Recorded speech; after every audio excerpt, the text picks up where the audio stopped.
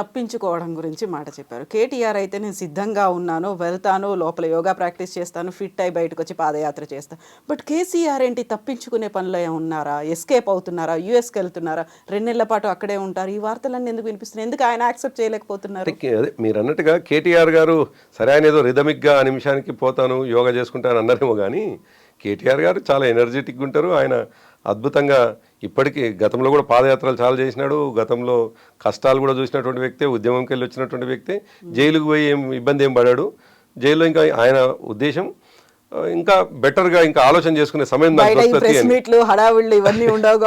ఇంకా మంచి ప్రశాంతంగా ఆలోచన చేసుకుంటాడని. ఇక రెండో విషయానికి వచ్చినప్పుడు కేసీఆర్ గారు మరి మీకు ఎక్కడి నుంచి వార్త వచ్చిందో నాకు తెలియదు, కానీ కేసీఆర్ గారు అమెరికా పోవటం లేదు, అది రూల్డ్ అవుట్. అది కేసీఆర్ గారికి ఆ లక్షణం మీడియాలో చాలా విస్తృతంగా 2 రోజులుగా తిరుగుతోంది. అది దాని మీరు దాని పేరే సోషల్ మీడియా అంటున్నారు కదా, ఆ సోషల్ మీడియాకి అథెంటిక్ ఉండదు కదా, దానికి ఏం ప్రామాణికం ఉన్నటువంటి వార్తలు కావు.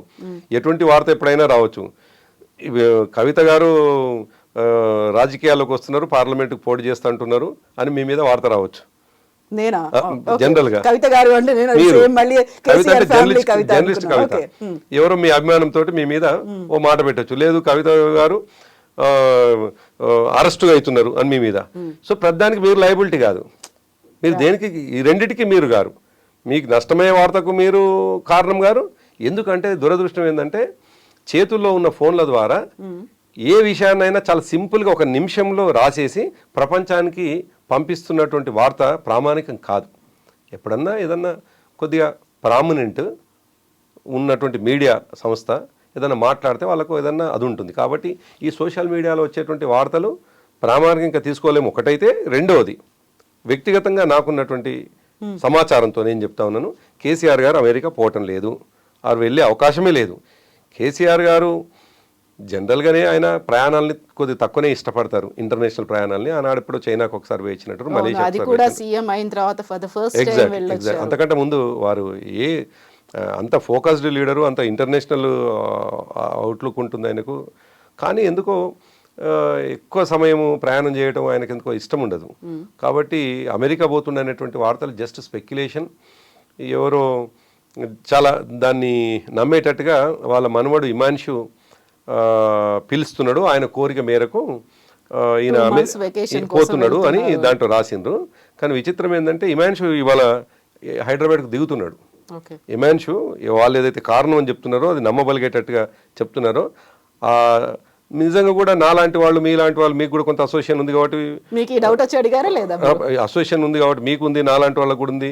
ఇమాన్షు పట్ల కేసీఆర్ గారికి అమితమైనటువంటి ప్రేమ. ఇమాన్షు మనవడిగా అంటే మేము ఎప్పుడు గమనిస్తుంటే కేసీఆర్ గారు 2 పిల్లల్ని మిస్ అయినారు. నిజానికి కూతుర్ని కొడుకుని ఆయన వీళ్ళిద్దరూ రాజకీయాలకు వచ్చేంత వరకు కూడా మిస్ అయినారు. డైరెక్ట్గా వచ్చినారు, పాలిటిక్స్లో మూమెంట్లో తిరుగుకుంటూ పోయినారు తప్ప ఆ మధ్యకాలం అంతా స్కూల్స్ అన్ని బయటనే, అన్ని రెసిడెన్షియల్సే. తర్వాత అమెరికా పోయినారు, 2 కూడా అమెరికా పోయినారు. వచ్చిన తర్వాత తనేమో కవిత గారేమో జాగృతి స్టార్ట్ చేసినారు. కేటీఆర్ గారు అయితే 2006లో నేను అప్పుడు స్టేట్ యూత్ ప్రెసిడెంట్గా పనిచేస్తే గంభీరావుపేట నుండి ఒక మోటార్ సైకిల్ ర్యాలీ స్టార్ట్ చేసినాను. 2006లో 600 కిలోమీటర్ల మోటార్ సైకిల్ ర్యాలీ చేసినాను. అప్పుడు మొట్టమొదటిసారిగా నా మోటార్ సైకిల్ ర్యాలీలో ఆయన పాల్గొన్నది. ఈ మధ్య ఆయన ట్వీట్ కూడా చేసినాడు, నేను 2006లో రాజకీయాలకు వచ్చినాను, నా రైట్ సైడ్లో ఉన్నది అప్పటి యూత్ ప్రెసిడెంట్ కర్ణి ప్రభాకర్ అని ట్వీట్ చేసినాడు. సో ఆనాడు నుంచి వెళ్ళి మనం చూస్తే ఎప్పుడు వీళ్ళు బిజీగా ఉన్నారు, ఆయన బిజీగానే ఉన్నాడు. సో ఆ మమకారము, అనుబంధము, కొడుకు బిడ్డ అనేటువంటి అదితో అది మిస్ అయినరు కేసీఆర్ గారు. కాబట్టి మనవడిని ఆ రూపంలో చూసుకొని మనవడి పట్ల చాలా అమితమైనటువంటి ప్రేమతో ఉంటాడు. కొడుకుని బిడ్డని నాకు తెలిసి మనవాళ్ళనే చూసుకుంటాడేమో అనిపిస్తుంది. అయితే నాకు కూడా ఎక్కడో ఒక నిమిషం అనుమానం వచ్చేట్టుగా అనిపించింది, ఏమో పిలిచినారో ఏమో పోతాడో ఏమో అనేటువంటిది. కానీ నిజానికి పోవట్లేదు. ఇమాన్షి వస్తున్నాడు కాబట్టి ఇమాన్షి వాళ్ళు దిగుతున్నాడు ఆయన. సో అమెరికాకు పోవడు, కేసీఆర్ గారికి తప్పించుకొని అమెరికాలో పారిపోయేటువంటి లక్షణం ఉన్నవాడు కాదు. ఆయన యుద్ధంలో వీపు ఎన్నడూ చూపించలేదు, యుద్ధాన్ని ఎదుర్కొన్నాడు. వీలైతే ఏ అవకాశం వచ్చినటువంటి సందర్భంలో ఏ ఆయుధాన్ని వాడితే శత్రువు అదైతాడో తను నమ్మిన సిద్ధాంతం కోసం ఆయుధం పట్టుకున్నాడు తప్ప కేసీఆర్ గారు ఎన్నడూ కూడా వెన్ను చూపి పారిపోయినటువంటి సందర్భం జీవితంలో లేదు. సరే ఆయన కొడుగ్గా కేటీఆర్ గారు కూడా అదే లక్షణం వచ్చింది కాబట్టి నువ్వు చేసే కుట్రలకు నేనేం భయపడను, బలవుతుండవచ్చు ఆ నిమిషానికి, రోజుకో 2 రోజులకో నెల రోజులకో బలి అవుతుండొచ్చు, కానీ నేనేం బాధపడను అని చెప్పేసి ఆయన వారసుడుగా ఆయన కూడా మాట చెప్పినాడు.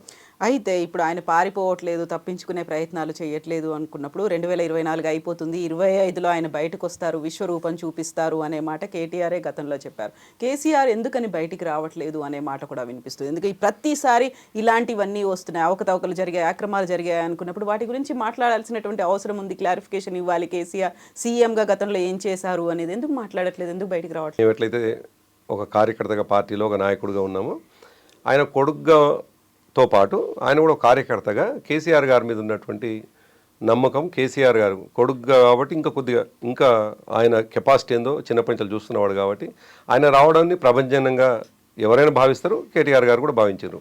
ఆయన రావడానికి సంచలనమే. నిజానికి మనం ఈ 24 ఏళ్ళ అంతకంటే ముందు సంచలనమైన ఆ తర్వాత కూడా, ఎందుకంటే అంతకుముందు సంచలనం అని ఎందుకంటున్నానంటే ఇన్సైడ్ పార్టీలో కూడా ఇదేమో ఆయన ఫోకస్డ్గా ఆయన సెంట్రిక్గా ఉన్న పార్టీ కాబట్టి, అంతకుముందు వేరే పార్టీలో పనిచేస్తున్నప్పుడు కూడా అక్కడ పనిచేసినటువంటి వాళ్ళు ఇప్పుడు మాకు చాలా సందర్భాల్లో చెప్తుంటారు. ఆయన శిక్షణా తరగతులు కావచ్చు, ఆయన తీసుకునే నిర్ణయాలు కావచ్చు, ఆయన పెట్టిన పేర్లు కావచ్చు, జన్మభూమి లాంటి పేర్లు కావచ్చు, ఇవన్నీ కూడా కేసీఆర్. సో కేసీఆర్ గారు ఎప్పుడు సంచలనమే. ఆయన లోపలన్న సంచలనమే, బయట ఉన్న సంచలనమే, మైకు పట్టుకున్న సంచలనమే, మైకు వదిలిపెట్టి 2 నెలలు విరామం తీసుకున్న సంచలనమే.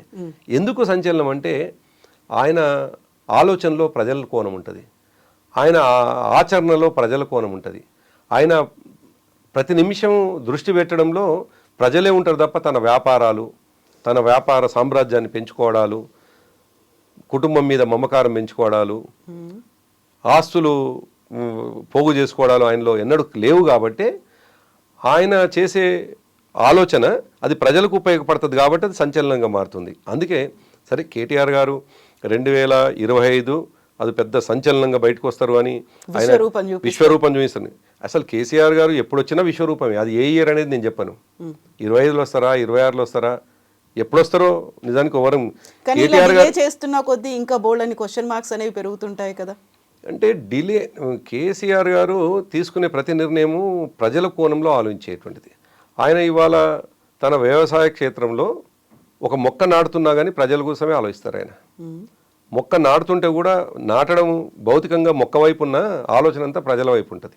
కాబట్టి ఆయన ఆడుండు అంటే తెలంగాణను మర్చిపోయినను, ఆయన అక్కడ ఉండు అంటే ప్రజల కోణాన్ని విస్మరించిండను, ఆయన అక్కడ ఉండు అంటే ఏమంటారు ఓడగొట్టిరు కాబట్టి అని అలిగో ఫామ్ హౌస్ కి పరిమితమైన కాదు. కేసీఆర్ గారిని అట్లా మనం చూస్తే మనం అమాయకంగా ఆలోచించినట్లు అవుతాం. మనం ఇంతకాలం మనకున్న పరిమితమైనటువంటి అనుభవం కూడా అది తప్పుగా పరిగణించినట్లు అవుతుంది. కాబట్టి ఆయన తీసుకునేటువంటి నిర్ణయాలు డెఫినెట్గా సంచలనంగానే ఉంటాయి. అయితే వస్తేనే సంచలనం, రాకపోతే సంచలనం అన్నట్టు ఉండదు. మీరు ఒక్కసారి గమనించండి, మనలో మనం చర్చ చేసుకుంటే, సరే ప్రజలు కూడా ఇది చూస్తున్నటువంటి వాళ్ళు ఒకవేళ ఆలోచన చేస్తే, సంవత్సర కాలంగా లోపల ఉన్నాడు, అక్కడే పరిమితమైండు అని చర్చ జరుగుతుంది. కానీ అన్ని వర్గాల్లో జరుగుతున్నది ఎంత ఉన్నతంగా ఉన్నాడు, ఎంత గొప్పగా ఉన్నాడు. వాడు ప్రభుత్వం సంవత్సరంగా అంటే 10 సంవత్సరాలు మనం ఉన్నాం కదా, వాళ్ళు కూడా మరి సంవత్సరమే అవుతుంది కదా, కాబట్టి వాళ్లకు టైం ఇవ్వాలి కదా అని ఆలోచిస్తున్నాడు అని చెప్పేసి కూడా జరుగుతుంది కదా.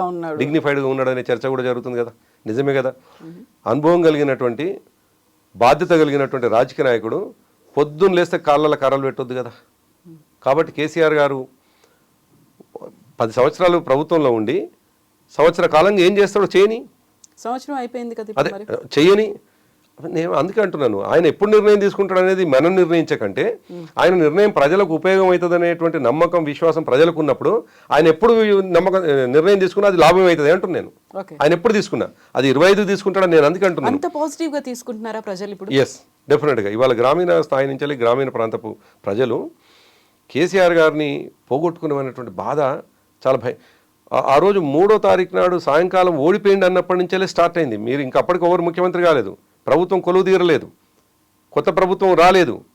3 నాడు అయ్యో మేము మా ఎమ్మెల్యే ఓడిపోతాడు అనుకున్నాము, కేసీఆర్ గారు ఓడిపోయినారు అని బాధ ఒక సెక్షన్ నుంచి ప్రారంభమై, మూర్ఖుడైనటువంటి ముఖ్యమంత్రి వచ్చిన నుండి ఇవాళ వరకు ఏముంది అని అంటే ఎంటైర్ ఒక 5 to 10% కాంగ్రెస్ ఇక పిచ్చి అభిమానుల్లో, ముందు నుంచి ఉన్న అభిమానుల్లో ఏమన్నా రేవంత్ రెడ్డి గారు గొప్పగా చేస్తున్నారు అని ఉండొచ్చు తప్ప 90% పీపుల్లో, ప్రజల్లో కేసీఆర్ గారిని పోగొట్టుకున్నాం అనవసరంగా అంత ఏమంటారు వ్యూహాలు ఉన్నటువంటి మనిషి, భవిష్యత్తుని ఆలోచించేటువంటి, తెలంగాణ మీద ప్రేమ కన్సర్న్ ఉన్నటువంటి మనిషిని పోగొట్టుకున్నామనే చర్చ ఇప్పుడు మేము పేర్లు చెప్పలేం కానీ డిఫరెంట్ సెగ్మెంట్ ప్రజలు మాతో కలుస్తూ ఉన్నారు. అందరూ వేల కోట్లకు సంబంధించినటువంటి ఇండస్ట్రియలిస్టులు కావచ్చు, గ్రామీణ ప్రాంతంలో కార్మికుడు కావచ్చు, డిఫరెంట్ పీపుల్ ఎవరైనా ఒకే అభిప్రాయంతో ఉన్నారు. అరే ఆయన ఎట్లా పోగొట్టుకున్నాం మనం? ఆయన అసలు ఈ 10 ఏళ్లలో ఒక్కరోజు తెలంగాణకు ఇబ్బంది జరగకపోయే, శాంతి భద్రత సమస్య కాకపోయే, మత ఘర్షణలు కాకపోయే, అసలు శాంతి భద్రత సమస్యలు జరుగుతూ ఉన్నాయి, మత ఘర్షణలు జరుగుతూ ఉన్నాయి, ఒకవైపు కులగొట్టులు జరుగుతూ ఉంది. అసలు ఒక్కటి కూడా కన్స్ట్రక్టివ్ వేలో తీసుకుపోతలేడు. అతను కేసీఆర్ గారు అట్లా లేరు కదా అనే చర్చ సామాన్యుడు అసలు ఒక బీఆర్ఎస్ నాయకుడుగా మాకంటే కూడా అగ్రెసివ్గా సామాన్యులు మాట్లాడుతారు మాతోటే.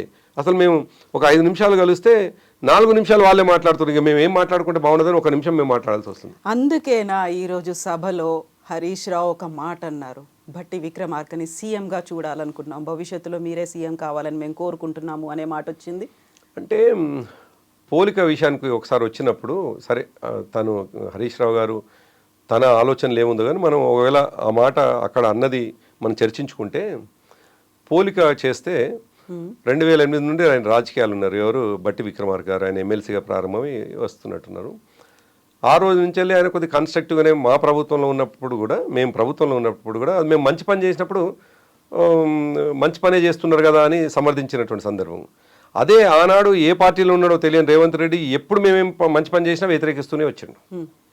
సో రేవంత్ రెడ్డి గారికి భట్టి విక్రమార్క గారిని ఇద్దరిని పోల్చుకుంటే మనం దాన్ని ఆ పర్టికులర్ విషయాన్ని చర్చించుకున్నప్పుడు మాట్లాడేది నా ఒపీనియన్ కాదు అది. డెఫినెట్గా అయినా రాజనీతిజ్ఞుడు, కొద్దిగా అనుభవం ఉన్నటువంటి వాడు, తప్పకుండా కొద్దిగా పరిణతితో మాట్లాడేవాడు. మేము తెలంగాణ ప్రజలకు లాభం కావాలని ఒకవేళ కోరుకుంటే ఇట్లా రోజు కులగొట్టేటువంటి ముఖ్యమంత్రి ఉండే కంటే ఆయన ఉంటే బాగుంటుంది కదా. మేము అనుకున్న తెలంగాణ మీరు అనుకున్న లైన్లో ఆయన ఆలోచిస్తున్నారు కాదు. మేమేమనుకుంటున్నాం, మేమేమో లైన్ ఆలోచిస్తాం, తెలంగాణ బాగుండాలనే లైన్ ఆలోచిస్తాం కదా. ఆ లైన్లో ఆలోచిస్తాడేమో అని అట్లా అన్నాడేమో ఆయన. నేను అట్లనే భావిస్తున్నా. నేను ఏమైనా ఇండికేషన్స్ ఉన్నాయా మార్పుకు సంబంధించి? నేను బలంగా కోరుకుంటున్నా రేవంత్ రెడ్డి గారు 4 ఏళ్ళు ఉండాలని. కవిత సరే, ఆయన హరీష్ రావు గారు అక్కడ ఉన్నటువంటి సందర్భంలో ఏమన్నారో అన్నటువంటి విషయాన్ని ఒకవేళ విశ్లేషించుకుంటే మాత్రం ఇట్లా అనిపించింది నాకు. కానీ రేవంత్ రెడ్డి గారే ఉండాలి ఒక పార్టీ నాయకుడిగా మాట్లాడితే. కానీ ఇంకో కోణంలో ఆలోచించినప్పుడు మాత్రం బాధ, 4 ఏళ్ళు ఉంటే నాశనం చేసిపోతాడేమో అనేటువంటి బాధ ఉన్నప్పటికీ మమ్మల్ని ఓడగొట్టినటువంటి ప్రజలు, మా మీద ఇష్టం లేక ఓడగొట్టినారు నిజానికి. ఆయన వాళ్ళు ఇవాళ బాధపడుతున్నారు. డెఫినెట్గా రేవంత్ రెడ్డి గారి విశ్వరూపం అర్థమైపోయింది కాబట్టి ఇంకా అర్థం కావాల్సినటువంటి అవసరం 4 ఏళ్ల పాటు ఇదే విశ్వరూపం కంటిన్యూ అవ్వాలి, వాళ్ళు ఇంకా రియలైజ్ అవ్వాలంటారా? మరి వాళ్ళు కోరుకున్నారు కదా. మనం ఏమంటున్నాం అంటే కేసీఆర్ గారు వద్దనుకున్నారు, గౌరవంగా వాళ్ళ ఇచ్చినటువంటి తీర్పుని గౌరవించి ఆయన పరిమితమైనారు.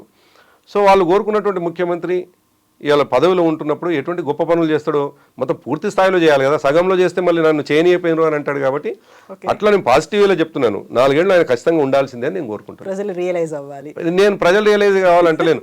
ప్రజలు ఎప్పుడు తప్పు చేస్తాను అనుకోను. నేను మాకంటే బెటర్గా చేస్తాడు అని ఆశించి గెలిపించారు. మేము ప్రజల్ని తప్పు పట్టడం లేదు. మేము 2000 ఇస్తానంటే ఆయన 4000 ఇస్తా అన్నాడు కదా. సో 4000 ఇచ్చేవాడిని డెఫినెట్గా వాళ్ళు కోరుకుంటారు కదా. మేము 10,000 రూపాయలు సంవత్సరానికి ఇస్తుంటే ఆయన 15,000 ఇస్తున్నాడు రైతుకి, కోరుకుంటారు కదా, ఇవ్వటం లేదు కదా. సో వాళ్ళు రియలైజ్ అవుతారు అనేటువంటిది ఆ విషయంలో, మమ్మల్ని ఓడగొట్టిన విషయంలో నేను అనట్లేదు. మళ్ళీ నేను ప్రజల్ని తప్పు చేయడానికి నాకు ఇష్టం లేదు. కాబట్టి ప్రజలు ఎంపిక చేసుకున్నటువంటి మనిషి తప్ప రైటా తేలిపోయేటువంటి సమయం ఆయనకు రావాలి. కాబట్టి 4 ఏళ్ళు ఉండాలి అంటున్నా.